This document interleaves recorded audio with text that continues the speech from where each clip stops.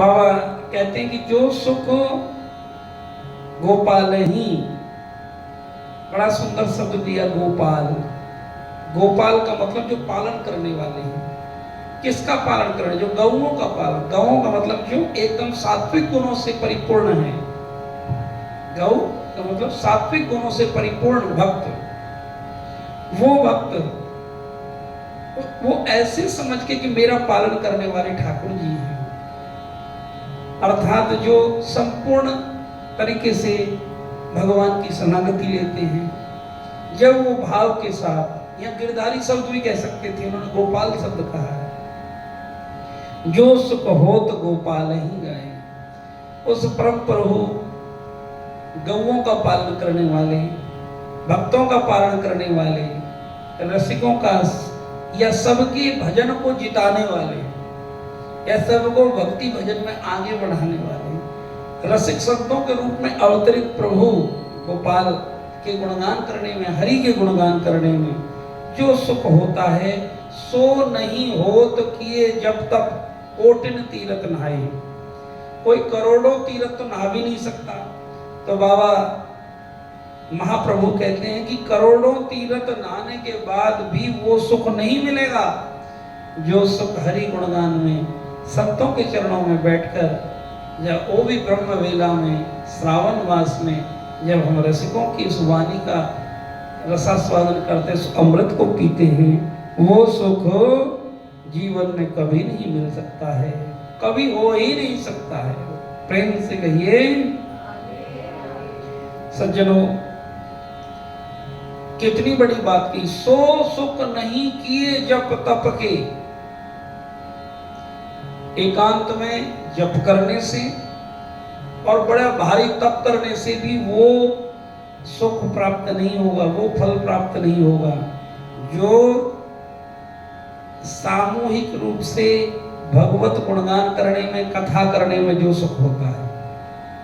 आप देख लें, कथा में जो आनंद आता है, गोपाल का ही तो गुणगान होता है, वो अकेले में भजन करने से नहीं आ पाएगा।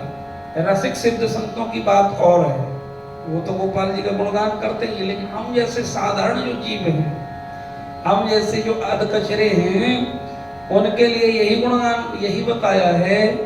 यहाँ रसिक सिद्धों की बात नहीं कर रहे हैं, उनके विषय में हमारा कहने का कोई अधिकार है भी नहीं। हम तो अपनी बात कर रहे हैं। हम जैसे जो अभी भक्ति भजन को जानते भी नहीं हैं, उनके लिए सबसे सरलतम साधन संतों ने यही बताया, जो सुख होत गोपाल ही गाए, सो नहीं किए, सो नहीं होत किए जब तक कोटिन तीरथ नहाए। बड़ी महत्वपूर्ण लाइन है। अर्थात करोड़ों तीर्थों का फल से भी कई गुना ज्यादा उसको मिल गया। उसने सारे तीर्थ नहा लिए, उसने सारे जप कर लिए, जो भगवान का गुणगान रोज करता है। अर्थात उसका जप उतने अनुपात में पूर्ण हुआ, एक जितने अनुपात में उसने हरि गुणगान गाया। मान लीजिए उसने नियम ले रखा है, एक मुझको 108 माला करनी है, और 108 माला मान लीजिए 10 घंटे में होती है। तो यदि वो 5 घंटे हरि गुणगान करता है, 6 घंटे हरि गुणगान करता है, तो उसके वो 6 घंटे उस 10 घंटे से भी ज्यादा बड़े हो जाएंगे भजन करने वाले। प्रेम से कहिए, है तो वो भी हरि नाम और ये भी हरि नाम का गुण, इसमें लेकिन भाव और तन्मयता ज्यादा आ जाती है गुणगान गाने में, इसलिए हरि नाम का प्रभाव यहाँ ज्यादा बढ़ जाता है। वहां हमारा मन इधर उधर जा सकता है, अनबने मन से भी हम भजन करें तो उसका प्रभाव तो होता है, लेकिन बाबा ने ये इसलिए कहा है, एक सब जब भक्तों के साथ बैठकर हरि गुणगान करते हैं तो उन भक्त, एक भक्त दूसरे भक्त को के भाव आपस में मिलते हैं। जैसे एक झाड़ू है, अकेली सीख ने कुछ नहीं कर सकती, लेकिन जब बहुत सारी सीख मिल जाती है तो वो 5 किलो पत्थर को भी हटा देती है। समझ आई? तो ऐसे ही अकेले अकेले चित्त वृत्ति हमारी हो सकता है इधर उधर भटक जाए, लेकिन जब सब भक्त मिलकर हरि गुणगान करते हैं तो थोड़ा थोड़ा उनका जो भाव रस है सबका इकट्ठा होकर प्रेम रस बन जाता है। और जब प्रेम रस बन जाता है तो उस रस में जब भीगते हैं तो भैया तब वो जप तप नियम साधन करोड़ों तीर्थों से भी नहाने से ज्यादा वो फलदायी हो जाता है। अर्थात भगवत रस की प्राप्ति उस भक्त को हो जाती है। प्रेम से कहिए राधे राधे। दिए लेत नहीं चार पदार्थ, चरण कमल चित लाए। अर्थात चरण कमल में भी चित्त कहीं लगता है। बहुत पते की बात कहते हैं बाबा। चरण कमल में भी यदि कहीं चित्त लगता है तो वो सत्संग में लगता है, रसिकों की वाणी से लगता है। अन्यथा चित्त तो संसार की वासनाओं से जब दूषित है, कलुषित है, तो शुद्ध नहीं है, तो उस चित्त में भगवान के चरणों का चिंतन नहीं होगा, संसार के विषयों का ही चिंतन होगा। इसलिए गोपाल के गाने में, ठाकुर जी के गुणगान करने में परम सुख मिलता है जीव को। और जब उसको उसका चित्त गुरुदेव के चरणों में, राधा रानी के चरणों में लग जाता है तो वो चार पदार्थ के लिए जो दुनिया क्या क्या नहीं करती वो पदार्थ भी वो नहीं लेता। चार पदार्थ कौन से हैं? धर्म, अर्थ, काम, मोक्ष। बड़ा सुंदर एक प्रश्न एक भैया ने हमसे किया कल। क्या गजब के उसके नैनों में भगवान के लिए प्रेम के असर बिंदु हमने देखे। कहते गुरुजी वो रोज तक प्राय आती और किसी को दिखाती भी नहीं। एक हमको राधा नाम की भिक्षा दे दो, रोज आती। उसके दर्शन करके हम धन्य होते थे। इसके हृदय में राधा नाम की कितनी भूख। वो कहती हमें और आशीर्वाद नहीं चाहिए गुरुदेव, हमें तो राधा नाम की भिक्षा चाहिए। मानो कि हम तो उनको क्या भिक्षा देंगे, वो हमको ही राधा नाम का आशीर्वाद देने आई है। और हमने राधा रानी से प्रार्थना भी करी उसके लिए। एक और बड़ी गजब की बात उस मैया ने कल हमसे कही। मानो कि उसने, वो तो प्रश्न कर रही थी, लेकिन स्वयं राधा रानी हमको कुछ समझाने आई थी। हमको तो ऐसा ही लग रहा, हम कौन होते हैं किसी का जवाब देने वाला, ना इतनी हमें सामर्थ्य है। तो वो कह रही थी गुरुजी क्या मोक्ष जरूरी है? क्या एक भक्त के लिए मोक्ष जरूरी है? इस जन्म मरण के बंधनों से लोग कहते हैं छूटना जरूरी है, मोक्ष लेना जरूरी है। हम तो बार बार आते रहे और राधा रानी का गुणगान करते रहे, ये ठीक नहीं है। वाह, कितना मतलब उसके अंदर प्रेम रहा होगा राधा रानी के चरणों का। मैंने कहा जी, हमने भी संतों से यही जाना, भक्त कभी मोक्ष नहीं चाहता है, और मुक्त तो वो है ही। मोक्ष का मतलब क्या है? जो हमारी बुद्धि में आया है, संतों ने निर्णय करके बताया है। पूर्णतः जब जीव गुरु चरणों का आश्रय लेकर भागवत भजन में लगता है, संसार की सारी जो उसकी अपेक्षाएं हैं, इच्छाएं हैं, उनका शांत होना। बद्धो ही को ही विशाल तृष्णा, अभी बताया ना था, बना हुआ कौन है? ही विशाल तृष्णा। और मुक्त कौन है? जिनकी आसक्ति मिट गई संसार से, भगवान के चरणों में जिसका भजन में मन लग गया। या और मैं सरलतम शब्दों में कहूं, जिसको रोज सत्संग मिल गया वो मुक्त है। जिसको रोज सत्संग में जो आ रहा है वो मुक्त है या हो जाएगा, ये गारंटी है। नहीं है तो हो जाएगा। जब खूब भगवान के लिए ये आंसू आने लगे, ग्लानि होने लगे, तो समझ लेना अब तो मुक्त हो गई है। तो भक्त कभी मुक्त नहीं होना चाहता, वास्तव में ही वो कहते हैं हे श्री जी, जहां भी आप रखो केवल आपका गुणगान करते रहें, ऐसी हम पर कृपा करना। प्रेम से कहिए। तो धर्म, अर्थ, काम, मोक्ष, ये 4 पदार्थ भक्त नहीं मांगता है। ये यहाँ भी सूर बाबा स्पष्ट कर रहे महाप्रभु।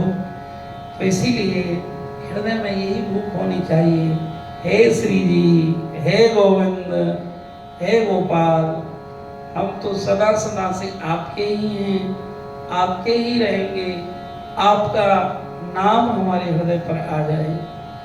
और सच कहूं, मुक्त वही है जो हरि गुणगान गावे,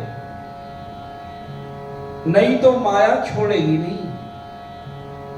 जो हरि के चरणों का, गुरुदेव के चरणों का, सत्संग के चरणों का आश्रय ले लेता, वही बच पाएगा। चाहे आश्रम में घुस जाए, चाहे गुफा में घुस जाए, चाहे जंगल में घुस जाए, जंगल में आ जाएगी माया, दरवाजा तोड़ के माया आ जाएगी, गारंटी है। ये अनुभव की बात हम कह रहे हैं। चाहे जय जयकार के रूप में, बड़ा कठिन है, इस माया धन के रूप में ही नहीं आती, प्रसिद्धि के रूप में भी आती है। बड़ा कठिन हो जाता है महात्माओं को जो प्रसिद्ध हो जाते हैं, अपने आप को, अपने भजन को बचाना। ऊपर से कोई कुछ भी दिखाए, बड़ा कठिन हो जाता है अपने भाव की रक्षा करना, क्योंकि प्रतिष्ठा कुकरी विष्ठा, जो प्रतिष्ठा होती है संतों ने कुकरी विष्ठा है ये भक्ति भजन में। इसलिए जो कुछ हो रहा है गोविंद के चरणों में अर्पित करके ये भाव, तो वो भक्त 4 पदार्थ नहीं लेते हैं, वो केवल हरि नाम, हरि भक्तन का संग मांगे राधा रानी से। तू देना साथ संतन का सदा ही, तुम मेरी स्वामिनी, निहारो रह रहकर तुम्हारे हर रूप को स्वामी, यही तो मांगा भक्तों ने।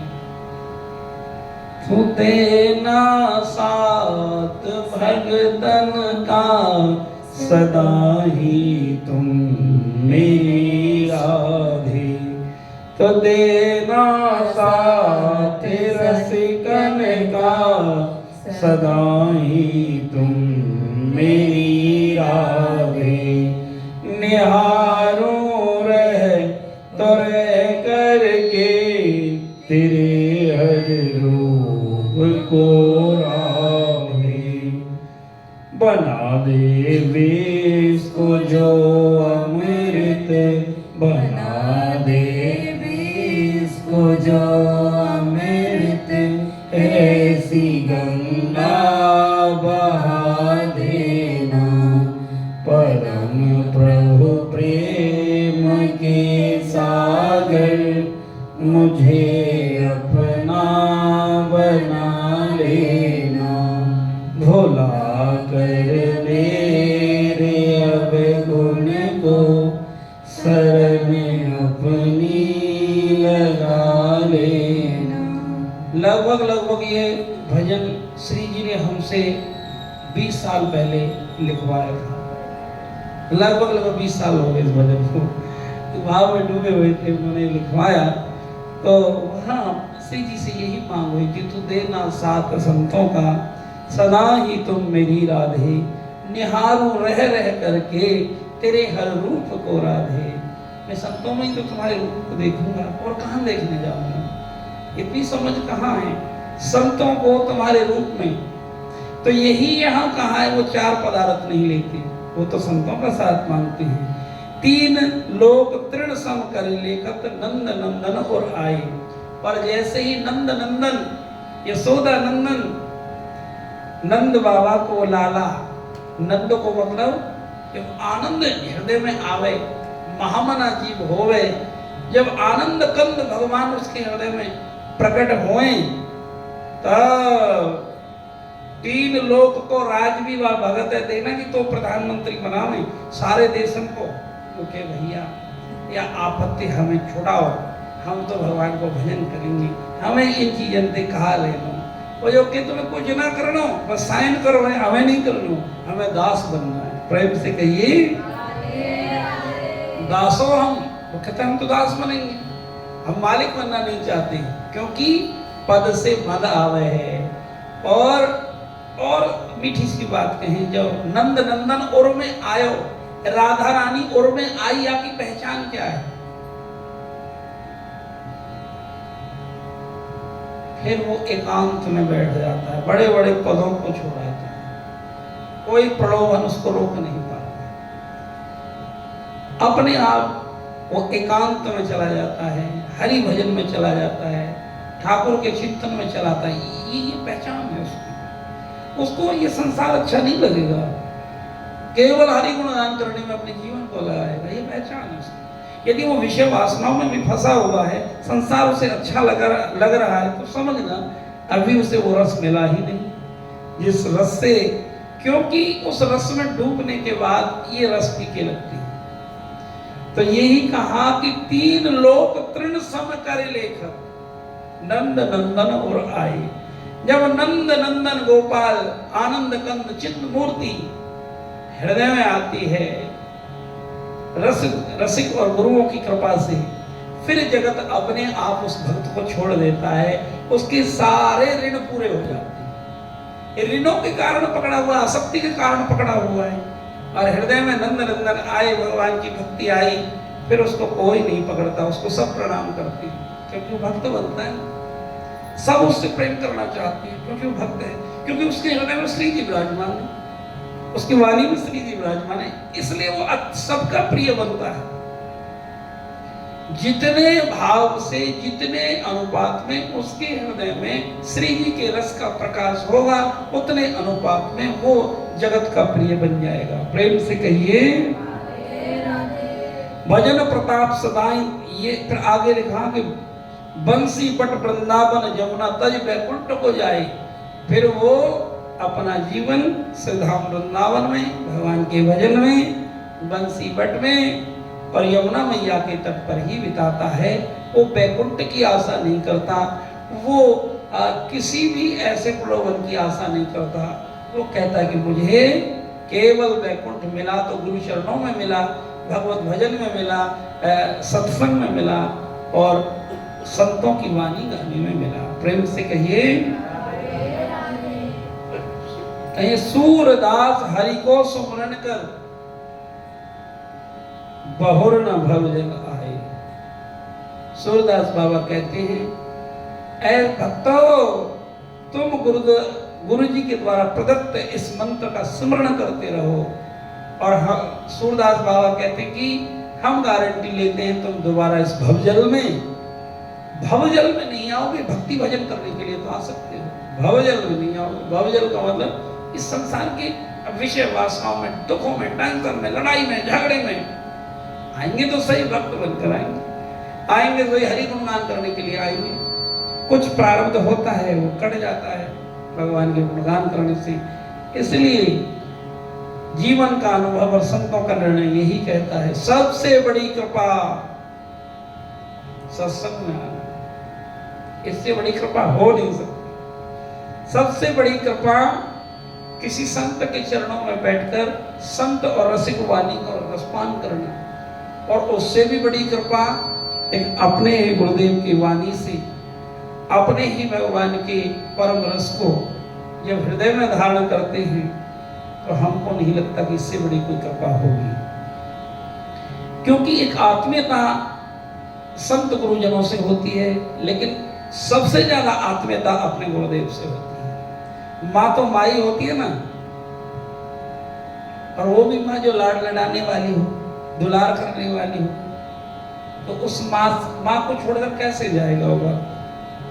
ऐसे ही जब हमें गुरु चरणों का आश्रय मिलता है, उनकी वाणी का आश्रय मिलता है, तो हमें भगवत प्रेम बहुत जल्दी मिल जाता है। जब ये नहीं मिला तो बड़ी कठिनाई है भक्ति मार्ग में। और माँ की गोद मिल जाए तो कौन सी कठिनाई है जीवन को आगे जीने में। माँ का दुलार मिलता रहे तो कौन सी कठिनाई है। सारे दुखों को जीव कहाँ भूलता अपनी माँ की गोद में लेट जाने से। बच्चा कहाँ सुरक्षित महसूस करता है, माँ की गोद में आने से। तो इस संसार के जितने भी टेंशन हैं, जितने भी दुख हैं, वो कहीं मिटते हैं तो संत गुरुओं के चरणों में आश्रय लेने से और भगवत वाणी का आश्रय लेने से ही होते हैं। इसलिए मेरा निवेदन इतना ही है, हरि गुरु कृपा से हृदय में ये बात पक्की हो गई है और निश्चय हो गई है, एक भगवत प्राप्ति, भगवत रस कहीं अनुभूति अति शीघ्र होगी और साधनों से होगी हमको नहीं पता है, लेकिन अति शीघ्र कहाँ होगी ये अनुभव में आया है, हरि गुरु कृपा से वो सत्संग में होगी, रसिकों के चरणों में बैठकर रसिकों की वाणी गाने से होगी।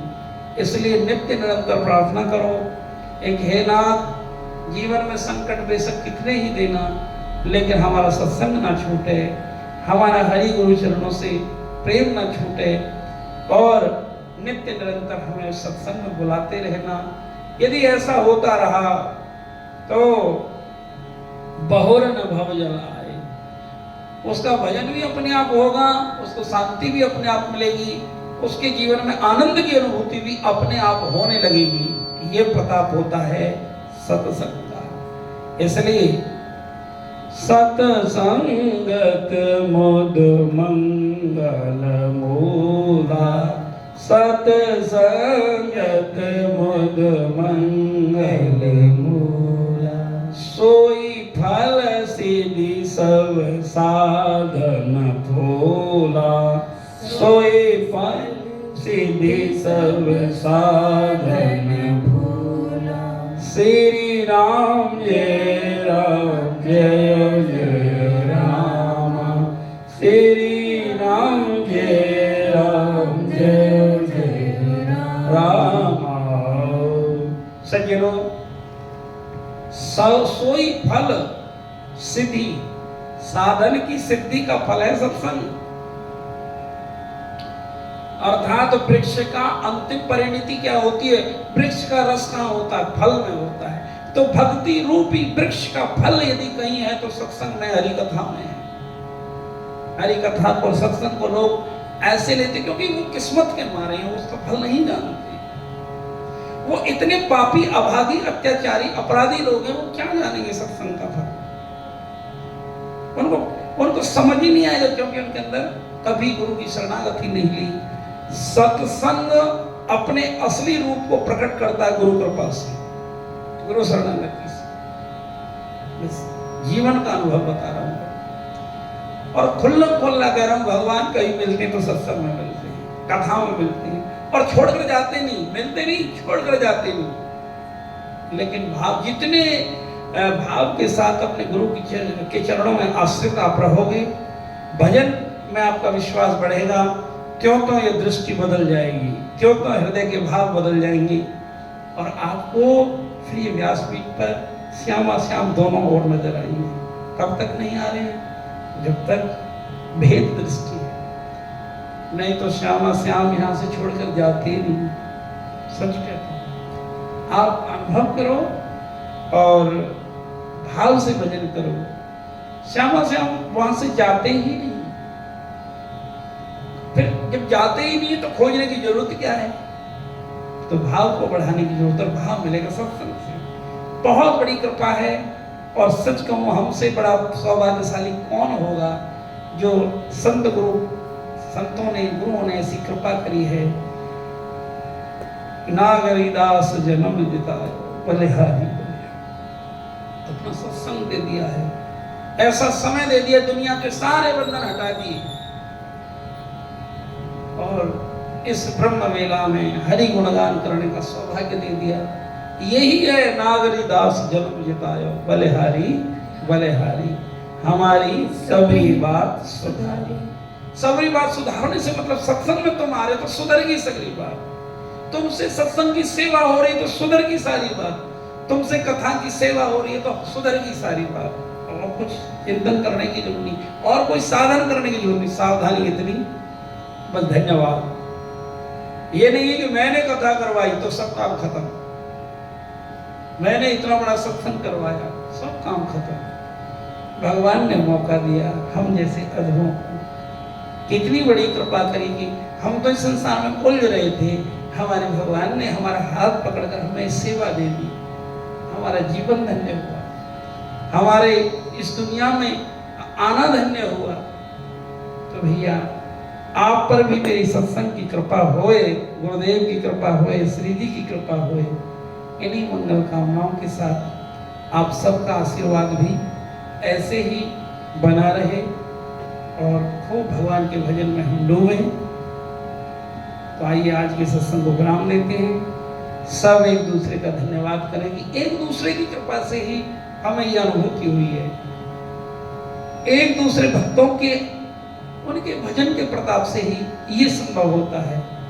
तो सबका धन्यवाद। सखियों के रूप में आए हुई श्री जी की इन सखियों को हृदय से बहुत नमन वंदन। ऐसे ही श्री जी की कृपा हम और आपके ऊपर बनी रहे। जीवन की यात्रा को ऐसे ही हम आनंद से जीते रहें। और हमारी यात्रा नहीं अब ये श्री जी की सेवा की यात्रा है। अपने जीवन को श्री जी की सेवा यात्रा बनाइए, संतों की सेवा यात्रा बनाइए। अपने आप भाग जाएंगे तुम्हारे अंदर से जो भी कुछ प्रारब्ध है वो अपने आप भाग जाएगा। नहीं टिक पाएगा तुम्हारे पास। सेवक के पास तो स्वामी ही रह सकता है। जेहि पर जेहि का सत्य सबे हो, सोते ही मिले हो न कछ सत्य। तुम सत्य से, तुम भाव से प्रेम करिए। संतों से प्रेम करो, गुरुओं से प्रेम करो, रसिक वाणी से प्रेम करो, सत्संग से प्रेम करो। तो और जब औरों से प्रेम रहेगा ही नहीं तो वो रहेंगे ही नहीं हमारे साथ। सिद्धांत है जेहि का जेहि पर सत्य स्नेह हो। तो सत्य स्नेह होगा, सत्संग से करिए, भगवान कृपा करेंगे। जय श्री राधे। कल फिर चर्चा करेंगे इसी भाव के साथ। श्री जी और आप सबकी कृपा बनी रहे। निताई गौर हरि बोल। सब प्रणाम करके सब अपने अपने घर के लिए प्रस्थान करेंगे। हरे कृष्ण।